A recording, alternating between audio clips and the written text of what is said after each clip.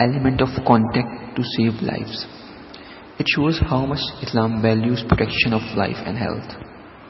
The Prophet also strictly observed what he advised his companions about the epidemics as he had done in other issues.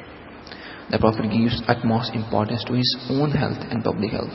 When he was in Medina and was about to make an agreement with one of the delegations, he refused to shake hands with one of the people from the delegation who had a contagious disease, sending him back to where he come from, said Husseini Ayri, an expert in the High Council of Turkey's Directorate of Religious Affairs. During the rule of Caliph Umar, who was one of the four righteous caliphs after the Prophet according to Sunni Islam teachings, Muslims also tried to practice what the Prophet urged them to do in the time of pandemic. So these are the teachings of Islam related to pandemic. Further, if we want to have a bit of relief during this pandemic, we should follow SOPs, and those SOPs are related to Islam's before 1400 years ago, because Islam teaches you wuzu. Wuzu is a method of doing or watching different parts of bodies in a systematic manner. For example, in wuzu, we started the wuzu by washing our hands 3 times.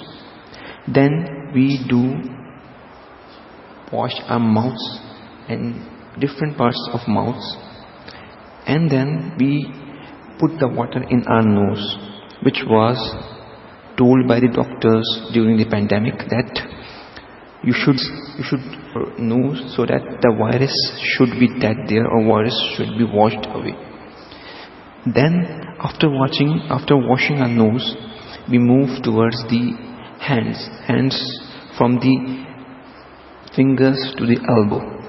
Then after that we move towards our hair or head.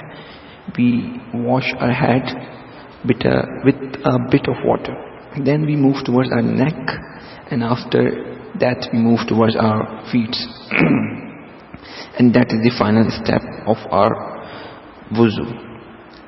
We were told to do wuzu 5 times a day before every salah. So a Muslim washes his nose, his head, his skin, his face, his hands 5 times a day. So there is a very, very little chance of getting the virus. 5 times a day. So there is a very, very little chance of getting the virus.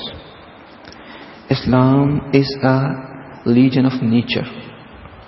So it teaches us the teachings which prevent all the disease and which allows us to lead a healthy life. Please try to get more information about Islam and its wonderful quarantine rule during the pandemics and epidemics. Stay connected to us for more videos like these. Please follow our channel, subscribe it, like it, and share the videos. Thank you so much.